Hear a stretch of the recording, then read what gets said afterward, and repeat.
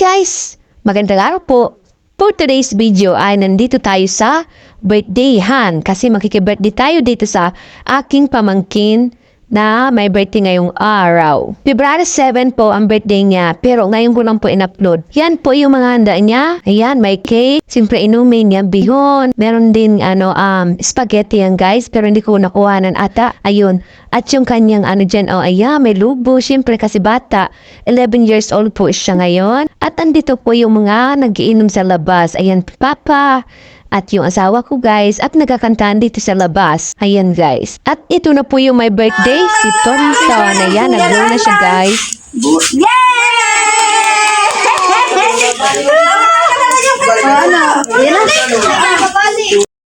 At syempre, kain na tayo guys. Ayan guys, kain po tayo. Thanks God sa blessings araw-araw. Happy birthday, Tonton!